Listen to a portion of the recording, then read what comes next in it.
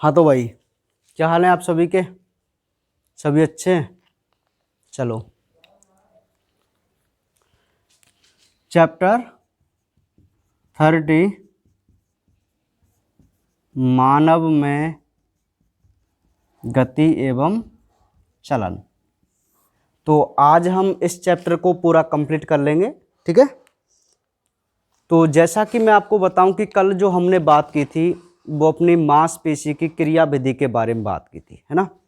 तो एक बार मैं उसको फिर रिवाइज करता हूं, ठीक है। एक बार आप ध्यान से समझना।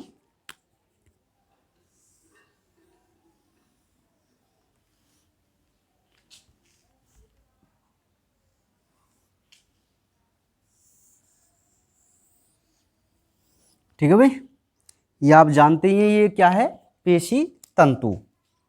और इसके अंदर हमें क्या बनाना है, एक पेशी तंतुक बनाना है। और ये जो आपको दिख रहा है ये कौन है, एक्टिन के तंतु हैं, वो सॉरी मायोसिन के तंतु हैं, ठीक है। और ये हमारी दो क्या हो गई, जेड लाइन हो गई। और यहाँ पे हमारे कौन आते हैं, एक्टिन के तंतु, जो किसके पास तक रहते हैं, मतलब कुंडलित स्टेज में रहते हैं इसके पास, है ना। ये आपको क्लियर है ना, ये कंसेप्ट, कोई दिक्कत नहीं है ना। अच्छा, यहाँ पे हमारी तंत्रिका पेशी संधि होती है, ठीक है। सुनिए, ये हमारा सार्कोप्लाज्मिक रेटिकुलम, ये हमारा माइटोकॉन्ड्रिया, ये सिस्टम होता है। अब आप जरा ध्यान से समझो एक बार, देखो भाई। अच्छा, इससे जो जुड़ा हुआ है, जो हमारे एक्टिन के तंतु हैं, इस पे कौन है, ये ट्रोपोमायोसिन है। क्या है, ट्रोपोमायोसिन। और इससे 3 अणु जुड़े हुए हैं ट्रोपोनिन के, ठीक है। ये एक सिस्टम आपकी समझ में आ गया। अब देखिए, ध्यान समझना कि हमारी जो मांसपेशी काम करती है उसके 4 स्टेप हैं। सबसे पहला है उत्तेजन अवस्था, है ना, एक्साइटमेंट। तो मैंने आपसे ये कहा था, एक्साइटमेंट का मतलब ये समझो आप कि आपकी मसल्स कार्य करने के लिए रेडी हो चुकी है। क्लियर। तो भी इसका एक्साइटमेंट आप कैसे करेंगे, तो आप एक्साइटमेंट जब करेंगे तो आप सोचेंगे। जैसे ही आप सोचते हैं कि मुझे कोई मसल्स से काम करवाना है, तो एक आवेग आपके मस्तिष्क से बनेगा। और वह आवेग एक प्रेरक तंत्री कोशिका से कहाँ पहुंचेगा, पेशी तंत्रिका पेशी संधि पर। क्लियर। तंत्रिका पेशी संधि पर एक न्यूरोट्रांसमीटर होता है जिसको बोला जाता है एसिटिलकोलिन। एसिटिलकोलिन क्या करता है, उस सूचना को इस प्लाज्मा झिल्ली के पास, जिसको हम सार्कोलेमा बोलेंगे, उसके पास प्रेषित करेगा, मतलब इसके अंदर संचरित करेगा, है ना। अब ध्यान समझना, इतना मानो आप कि यहाँ जो एसिटिलकोलिन था हार्मोन, उसने क्या किया कि जो आवेग था जो हमारे माइंड में बना था, उसको यहाँ पर फैला दिया। जिससे क्या हुआ कि यह जो है वो सोडियम के प्रति क्या हो गई, पारगम्य। कौन, प्लाज्मा झिल्ली, जिसको हम सार्कोलेमा बोलेंगे। तो जैसे ही ये सोडियम के प्रति पारगम्य हुई, इस पे कौन सा विभव उत्पन्न हुआ, बताओ, धनात्मक विभव उत्पन्न हुआ। होगा ना धनात्मक विभव, क्योंकि सोडियम के प्रति पारगम्य है और सोडियम एक पॉजिटिव आयन है। तो धनात्मक विभव से क्या होता है, इसमें एक एक्शन पोटेंशियल, जिसको हम सक्रिय विभव कहते हैं, वो उत्पन्न हो जाता है। और सक्रिय विभव का मतलब होता है कि कोई भी जो है वो कार्य करने के लिए तैयार है, ठीक है। तो ये होती है उत्तेजन अवस्था। कौन सी अवस्था भाई, उत्तेजन। समझ में आई आपको बात उत्तेजन की। उत्तेजन में केवल आपकी जो मसल्स है वो केवल कार्य करने के लिए तैयार होती है, मतलब आपको उसमें सक्रिय विभव उत्पन्न कराना है बस। और ये कैसे उत्पन्न होगा, सिंपल सी बात है, आपके दिमाग से जो आवेग बना वो तंत्री पेशी संधि पर जाकर उस प्लाज्मा झिल्ली को सोडियम के प्रति पारगम्य बना देता है, जिससे धनात्मक विभव उत्पन्न हुआ। और धनात्मक विभव से ही कौन सा विभव, सक्रिय विभव उत्पन्न हुआ, बस इतना ही लिखना है। ठीक है। अब सेकंड आता है उत्तेजन संकुचन युग्मन है। अब ये सेकंड स्टेप क्या कहता है कि अब भाई आपकी जो मसल्स है वो संकुचन के लिए भी तैयार है। पहले तो कोई कार्य करने के लिए तैयार थी, वो एक्साइट हुई थी, भाई मुझे कोई काम करना है, लेकिन अब उसे ये पता चला कि मुझे संकुचन करना है ना, तो उसको अभी ये सोच रहा है संकुचन करने के लिए, आप इसको तैयार कर रहे हैं। पहले तो आप उसको बुला के ले आए, आप भी देखा होगा कई बार हम लाते हैं, हाँ भाई चल यार थोड़ा घूम के आते हैं, और हम उसको क्या है काम नहीं बताते कि तुझे क्या काम करना है ना, उसको लालायत करते हैं, यार ठीक है मैं आज यार 10 रुपये गोलगप्पे खिलाऊंगा आज तुझे, है ना, चलते हैं घूम के आते हैं, और हमें कोई काम होता है, वो एक्साइट हो जाता है, चलो यार खा के आते हैं, कोई बात नहीं चलते हैं। अब फिर क्या है, आप वहाँ पे पहुँच गए, अब आप बातों ही बातों में उसको बता रहे, अपने काम के बारे में बताना चाह रहे हैं, है ना, समझ रहे हैं? तो वही कंसेप्ट ये सेकंड है, समझ रहे ना। अब काम तो आप उसमें तीसरे स्टेप में कराएंगे, अपना काम जो आपको कराना है उसको तीसरे स्टेप में आप कराएंगे ना। ठीक है। तो उत्तेजन संकुचन युग्मन में एक सिंपल सी बात है, वो जरा ध्यान से समझना कि ये जो एक्शन पोटेंशियल है वो इस टी नलिकाओं के माध्यम से सार्कोप्लाज्मिक रेटिकुलम के पास पहुंचता है, सक्रिय विभव की सूचना। तो सार्कोप्लाज्मिक रेटिकुलम क्या करेगा, कैल्शियम को मुक्त करेगा, कैल्शियम को। इस सार्कोप्लाज्मिक रेटिकुलम ने क्या रिलीज किया, कैल्शियम। कब किया, जब इस मसल्स से जो सक्रिय विभव था वो इसके पास पहुंचा। ठीक है। तो सार्कोप्लाज्मिक रेटिकुलम ने कैल्शियम छोड़ा, और आपको मैंने स्ट्रक्चर में बताया था कि ये जो कैल्शियम है वो बाइंड हो जाती है ट्रोपोनिन सी से। बताया था नहीं बताया था? तो कंसेप्ट आपको समझ में आ रहा है? तो ट्रोपोनिन सी से ये जुड़ गया। मैंने आपसे कहा है कि हमें मांसपेशियों में संकुचन कराना है, लेकिन अभी हम उसे संकुचन कराने के लिए तैयार कर रहे हैं, संकोचन नहीं होगा। तो अभी तैयार करने के लिए हम क्या करेंगे, क्योंकि हमें पता है, अब हमें क्या कंसेप्ट पता था कि ये मायोसिन के सिर हैं, ये एक्टिन के तंतु हैं, एक्टिन के तंतुओं के पास एक्टिव साइट है, सक्रिय स्थल है, जिससे मायोसिन के सिर को जुड़ना होता है, पता है ना आपको। ये एक्टिन के जो सिर हैं, एक्टिव साइट है, उनको किसने बांध रखा था, ट्रोपोमायोसिन ने। और ट्रोपोमायोसिन पर किसका कंट्रोल है, ट्रोपोनिन पर, ये हमको पता था, है ना। तो हम संकुचन यदि हमें कराना है तो हमारी पहली प्रायोरिटी क्या होगी कि हम इस ट्रोपोमायोसिन को वहाँ से हटाएं, अर्थात अपनी एक्टिव साइट को ओपन करें, यही प्राथमिकता रहेगी ना।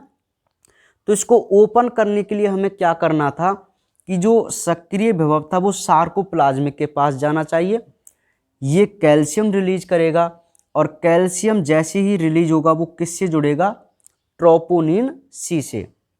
और ट्रोपोनिन सी से जैसे ही कैल्शियम जुड़ा, इसमें कुछ ऐसे संरूपी परिवर्तन हुए कि ट्रोपोनिन ने ऊपर की तरफ उठा, जिससे ट्रोपोमायोसिन अपने स्थान से हट गया। तो इसके एक्टिव साइट ओपन हुए, और हमारे मायोसिन का जो सिर था उसने इसके साथ जॉइंट बना लिया, संबंध बना लिया। ठीक है। तो अब जो हमारी मसल्स है वो अगले किस कार्य के लिए तैयार हो गई, संकुचन करने के लिए। ठीक है। तो इसको हम क्या बोलेंगे, उत्तेजन संकुचन युग्मन बोलेंगे। ठीक है। तो उत्तेजन संकुचन युग्मन में आपको केवल कैल्शियम वाली बात बतानी है और ट्रोपोमायोसिन को हटाना है। उद्देश्य है आपका अपने एक्टिन के एक्टिव साइट को ओपन करने का, इतना आप याद रखो। ठीक है। अब नेक्स्ट बात आती है संकुचन की। अब संकुचन कैसे होगा वो समझो। ये भाई आपका कौन है, एक्टिन तंतु, और ये है हमारा मायोसिन का सिर। अब ये क्या है, अब इसके एक्टिव साइट ओपन हो गए, तो ये इससे जॉइंट बनाने के लिए तैयार होता है, लेकिन इससे पहले क्या करेगा, इससे एक अणु जुड़ता है एटीपी का, और इस एटीपी के अणु को एक एंजाइम होता है एटीपीएज, वो इसको चेंज कर देता है एडीपी और इनऑर्गेनिक फॉस्फेट में। ठीक है, ये पहला एटीपी का अणु है। तो एटीपी का अणु जब इसमें चेंज हो जाएगा तो इस मायोसिन के सिर को मिल जाएगी ऊर्जा, एनर्जी। तो इस एनर्जी से ये क्या करेगा, इसके साथ तुरंत संबंध बना लेगा, मतलब इससे जुड़ जाएगा। हुकनुमा संरचना होती है, इससे ये जुड़ जाएगा। जुड़ गया तो ये क्या करेगा, इसको ऐसे खींचेगा इधर की तरफ खींचेगा। अब जैसे देखो ये है, ये इससे जुड़ गया ना, तो इसको ऐसे यदि ये खींचेगा तो ये इधर की तरफ खींच के आएगा ना, इधर की तरफ, और इधर वाले हैं जो इधर की तरफ आएंगे। समझ रहा मेरी बात को? तो इनमें जो संकुचन है वो इस प्रकार होगा, देखो ऐसे। ठीक है, क्योंकि ये दोनों तरफ के जो मायोसिन सिर हैं वो एक्टिन तंतुओं को अपनी इधर विपरीत साइड में खींचते हैं, मुड़ी हुई उंगली के समान खींचते हैं। ठीक है, अब जैसे ही इसमें पूरा झुकाव हो जाएगा, जैसे ये एक्टिन का तंतु खिंचकर यहाँ आ गया और हमारा मायोसिन का जो सिर था वो बिल्कुल इस प्रकार हो गया, ऐसे आ गया एक्टिन तंतु।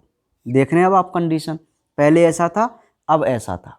तो यहाँ पे क्या होगा, जो एडीपी और इनऑर्गेनिक फॉस्फेट था वो अलग हो जाता है। जब इसमें पूरा झुकाव हो जाता है ना तो ये अलग हो जाता है। फिर अब अलग होके बिल्कुल इसी कंडीशन में आ गया, फिर दूसरा एटीपी का अणु जुड़ेगा, वही एडीपी और उसमें चेंज होगा। अब ये क्या करेगा, इस दूसरे को पकड़ेगा, फिर इसको खींचेगा, फिर तीसरे को, ऐसे खींचकर इसको ए क्षेत्र की तरफ लाया जाता है। ठीक है, तो ये है संकुचन। तो आप इसकी थ्योरी पढ़ना, आपको इसी से रिलेटेड पॉइंट मिलेंगे। ठीक है, एटीपी वाले। अब लास्ट है शिथिलन। तो शिथिलन क्या है कि जब आप सोचेंगे कि अब हमारा काम हो गया है तो दोबारा से आवेग जाएगा, और उस आवेग का केवल एक ही काम है कि केवल इस कैल्शियम को हटाना। यदि ट्रोपोनिन सी से कैल्शियम हट गया तो हमारी जो मसल्स है वो वापस क्या हो जाएगी, रिलैक्स पोजीशन में आ जाएगी। क्यों? क्योंकि ट्रोपोमायोसिन यहाँ पर जुड़ जाएगा और एक्टिव साइट दोबारा से बंद हो जाएंगे। ठीक है, तो इस प्रकार हमारी मसल्स क्या रहेगी, शिथिल रहेगी। समझ में आ रही मेरी बात? ठीक है, तो यहाँ से एक छोटा सा क्वेश्चन और बनता है कि जब मांसपेशी में संकुचन होता है तो किस किस में परिवर्तन होता है। तो मैं आपको बता दूं कि ए बैंड, ए क्षेत्र यथावत रहता है, जबकि आई और एच क्षेत्र में हल्का सा क्या होता है, परिवर्तन होता है। बहुत इंपॉर्टेंट ये क्वेश्चन है। क्या कि जब भी मसल्स में संकुचन होता है तो आई बैंड और ए एच क्षेत्र में थोड़ा सा चेंजमेंट होता है, जबकि ए क्षेत्र है वो यथावत रहता है। मतलब कैसे, देखो ये पहले इस पोजीशन में थे, तो जब ये इधर खींचेंगे तो ये जो जेड लाइन है वो थोड़ी नज़दीक नहीं आएंगी क्या, तो आई क्षेत्र में परिवर्तन हुआ। और जो एच क्षेत्र है इसमें भी थोड़ा एच क्षेत्र है इसमें भी थोड़ा क्या रहेगा, परिवर्तन। जबकि ये जो क्षेत्र है ना, ये क्षेत्र, इसमें कोई भी चेंजमेंट देखने को नहीं मिलेगा। तो आपको ये भी क्वेश्चन याद रखना है कि जब मांसपेशियों में संकुचन होता है तो आई बैंड और एच क्षेत्र प्रभावित होते हैं, जबकि ए क्षेत्र किसी भी प्रकार से प्रभावित नहीं होता। ठीक है, ये भी क्वेश्चन ना नीट में कई बार पूछा जा चुका है भाई। समझ में आ रही मेरी बात? ठीक है, तो ये आपको मसल्स की क्रियाविधि याद रह जाएगी। ठीक है, अब हम एक टॉपिक की बात करते हैं जिसको हम बोलेंगे तंतु विसर्पण सिद्धांत। तो पहले मैं इसकी थ्योरी आपको लिख देता हूं, फिर उसके बाद उसकी हम डिटेल से बात करेंगे हल के रूप में। ठीक है,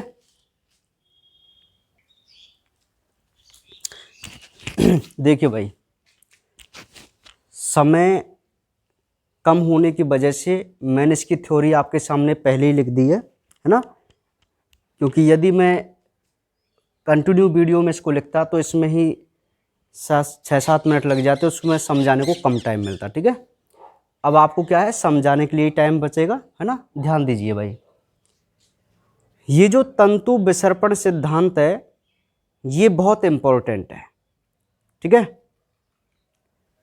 तंतु विसर्पण जो सिद्धांत है ये बहुत इंपॉर्टेंट है, और 2 नंबर का क्वेश्चन यदि इस चैप्टर से आता है तो उसमें सर्वाधिक चांस इसी के बनते हैं, है ना, कि मांसपेशियों के संकुचन को तंतु विसर्पण सिद्धांत द्वारा समझाइए। ये जो तंतु विसर्पण सिद्धांत है वह एक समरी टाइप में है पूरी मसल्स की क्रियाविधि की, है ना, एक सार जिसको हम कह सकते हैं। मांसपेशी की जो पूरी क्रियाविधि है उसका सार है तंतु विसर्पण सिद्धांत।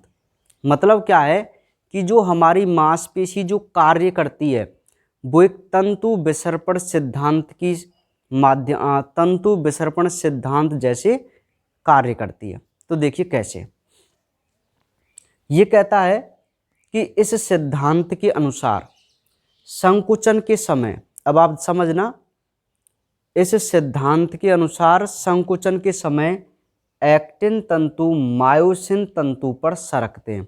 बताओ बात सही है कि नहीं है, कि जो एक्टिन के तंतु थे वो मायोसिन के तंतुओं पर सरकते हैं।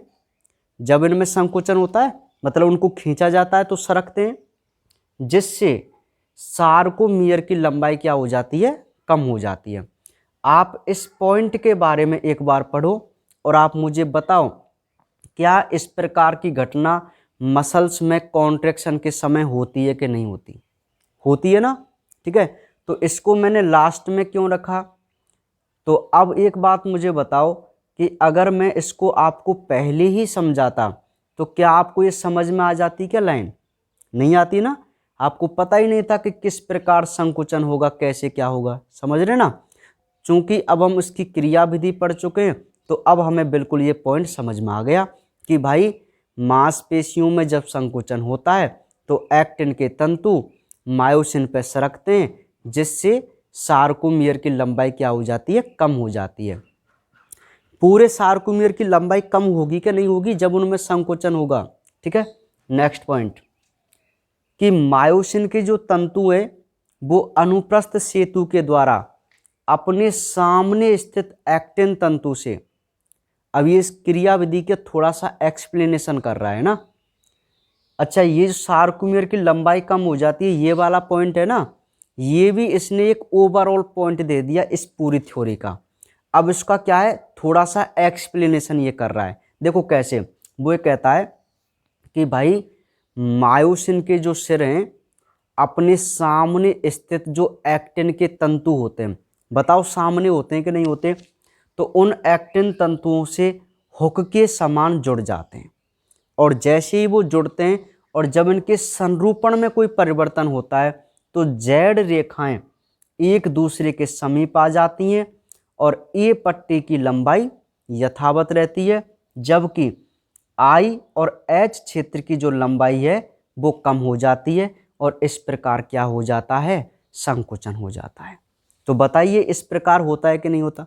वो ये कहना चाह रहा है कि ये मायोसिन का सिर ये अपने सामने स्थित एक्टिन के तंतु से हुक के समान जुड़ जाता है और जैसे ये जुड़ता है तो इसमें जो परिवर्तन होगा, मतलब इधर की और इधर की तरफ जब ये खिंचेंगे तो जो जेड लाइन थी वो कहाँ आ जाएंगी, नज़दीक आ जाएंगी, जिससे आई क्षेत्र और एच क्षेत्र की लंबाई तो होगी कम, लेकिन जो हमारा ए क्षेत्र है उसकी लंबाई में किसी भी प्रकार का चेंजमेंट नहीं होगा। और जब ऐसा काम यदि हो जाता है तो कौन सी क्रिया हो जाती है, संकुचन की क्रिया कंप्लीट हो जाती है। बताओ होती है नहीं होती। फिर ये सेकंड पॉइंट में क्या बता रहा है कि अगले चरण में, अगले चरण का मतलब ये पॉइंट कहा है उसने कि जब वो एक एक्टिन तंतु से जुड़े, मैंने संकुचन में आपको बताया था ना कि एक एटीपी जुड़ता है फिर दूसरा एटीपी, इस प्रकार होता है, तो उसी को ये एक्सप्लेन कर रहा है कि अगले चरण में मायोसिन सिर एक्टिन तंतुओं से पृथक होकर पुनः अगले बिंदु पर जुड़ता है और तंतु को अपनी ओर खींचता है, मतलब दोबारा से। और यही क्रम कई बार दोहराया जाता है जिससे हमारी मांसपेशी में संकुचन होता है।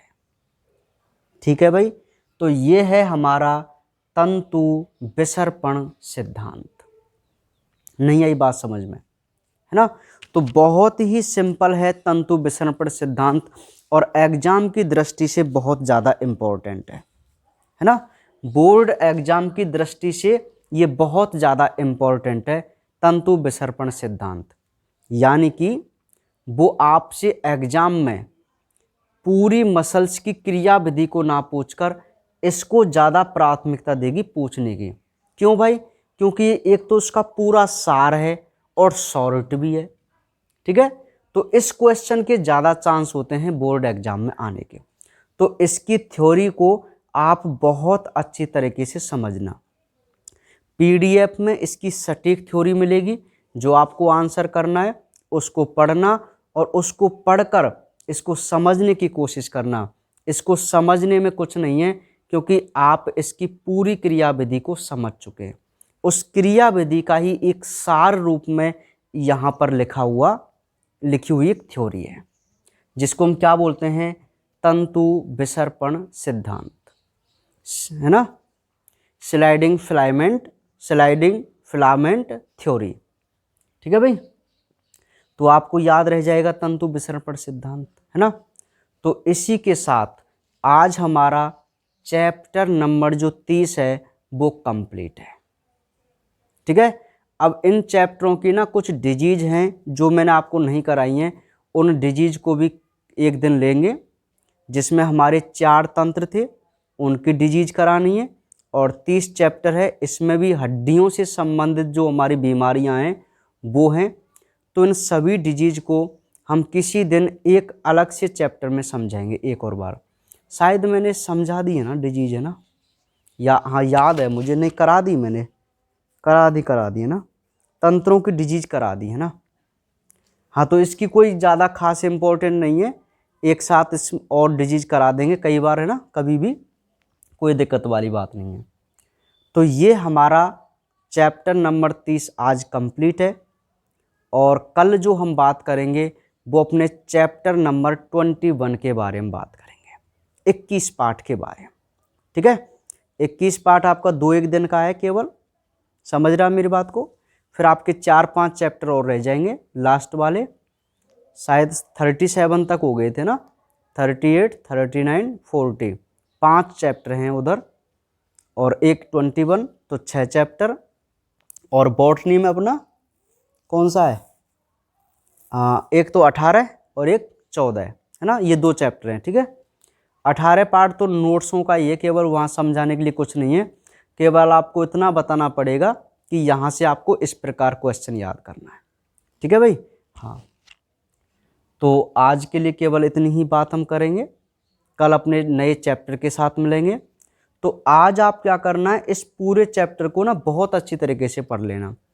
पूरी बोन्स के नाम आपको याद होने चाहिए, कितनी संख्या होती हैं, कहाँ पर प्रेजेंट होती हैं, जॉइंट हमारे क्या होते हैं, है ना, और मसल्स की स्ट्रक्चर, जिसमें आपको मोस्टली पेशी तंतु की संरचना पढ़नी है, और तंतु विसर्पण सिद्धांत। ये 2 चीज़ तो हमें बहुत अच्छे तरीके से याद होनी चाहिए, ठीक है भाई। तो बाकी बातें करेंगे कल।